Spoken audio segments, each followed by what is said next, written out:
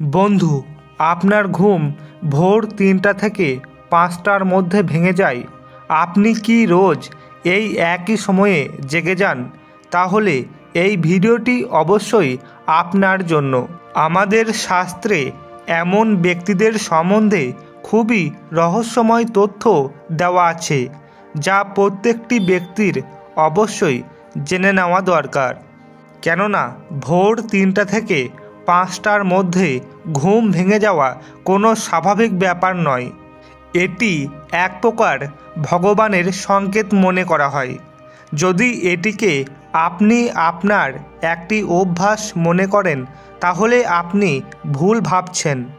এটি আপনার কোনো অভ্যাস নয়, বরং এটির পিছনে অনেক বড় একটি রহস্য লুকিয়ে রয়েছে। আপনার অজান্তে এমন কিছু ঘটনা আপনার সঙ্গে ঘটছে যা আপনি কল্পনাও করতে পারবেন না।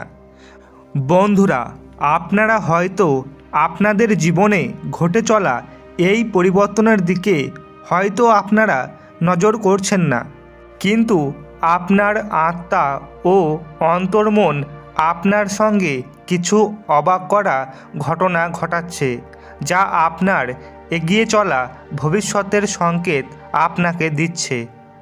বন্ধু, কিছু মানুষ তো এমনও আছে যারা চাইলেও ভোরে উঠতে পারে না। সেই ব্যক্তি অ্যালার্মের সাহায্য নিক বা অন্য কিছুর, তারা কিছুতেই ভোরে ঘুম থেকে উঠতে পারে না।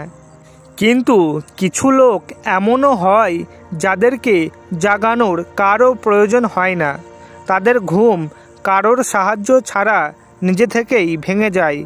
শাস্ত্রমতে এই রকম হওয়াটা ঈশ্বরের সংকেত বলে মনে করা হয়। তবে এমন সংকেত কিছু মানুষকেই দেওয়া হয়, এবং সেই সংকেতগুলো পাওয়ার পিছনে কি কারণ হয়, চলুন আজকে জেনে নেব। বন্ধুরা, ভোর ৩টে থেকে ৫টার মধ্যের সময় খুবই গুরুত্বপূর্ণ। এই সময়কে শাস্ত্রে ব্রহ্ম মুহূর্ত বলা হয়েছে। এটিকে ব্রহ্ম মুহূর্ত এই কারণে বলা হয় কারণ এই সময়টি খুবই গুরুত্বপূর্ণ। প্রাচীন কাল থেকে মুনি ঋষিরা এই সময়ে জাগতেন, স্নান তথা জপ আদি কর্ম করতেন। ভগবান শ্রীকৃষ্ণ এই সময়কে জাগার জন্য সব থেকে শুভ সময় বলেছেন। ভগবান শ্রীকৃষ্ণ অর্জুনকে গীতার জ্ঞান দিয়েছিলেন তথা যুধিষ্ঠিরকে অনেক গুরুত্বপূর্ণ তথ্য জানিয়েছিলেন। এই উপদেশের মধ্যে এটিও ছিল যে ব্রহ্ম মুহূর্তে জাগার জন্য সব থেকে শুভ সময়। বন্ধুরা, শাস্ত্রে সূর্য উদয়ের আগে যে ব্যক্তিরা জেগে যান তাদের কিছু লক্ষণ সম্পর্কে আলোচনা করা হয়েছে। যদি আপনি সূর্য উদয়ের আগে জেগে যান, তবে আপনি একজন অনুশাসন প্রিয় ব্যক্তি। আপনার রোগ বা অসুখ হয় না বললেই চলে। আপনার স্বভাব শান্ত এবং আপনি একজন সৎ ব্যক্তি। আপনি সমস্ত কাজ আপনি পূর্ণ নিষ্ঠার সঙ্গে করতে ভালোবাসেন। আপনি ছল কপট থেকে দূরে থাকতে ভালোবাসেন এবং এই সকল ব্যক্তিদের আপনি একেবারেই পছন্দ করেন না। আপনি অনেক বুদ্ধিমান পরোপকারী ব্যক্তি, এই জন্য লোকে আপনাকে সম্মান করে। আপনি জেনে বুঝে কাউকে আঘাত দেন না। আপনি কারোর খারাপ চান না। আপনি প্রতিটি কাজ নিয়মমতো সম্পন্ন করেন। কঠিন সময়েও আপনি নিজের লোকের সঙ্গ ছাড়েন না। আপনি আপনার পিতামাতাকে সম্মান করেন এবং আপনার জীবন সঙ্গিনী চরিত্রবান। যদি আপনার সঙ্গে এই সকল ঘটনা ঘটে, তার কারণ হলো আপনার ঘুম ব্রহ্ম মুহূর্তে ভেঙে যায়। আপনার এই স্বভাবের কারণ হলো আপনার ওপর ওই অলৌকিক শক্তির প্রভাব রয়েছে। মনে করা হয় সূর্য উদয়ের পূর্বে যে ব্যক্তি নিজের কাজকর্ম শুরু করে, সেই ব্যক্তি সব রকম কাজের সফল হওয়ার সম্ভাবনা দ্বিগুণভাবে বেড়ে যায়। যে মহিলা সূর্য উদয়ের পূর্বে উঠানে ঝাড়ু দেয় এবং উঠান পরিষ্কার করে, সেই গৃহে মা লক্ষ্মী সর্বদা বিরাজ করে।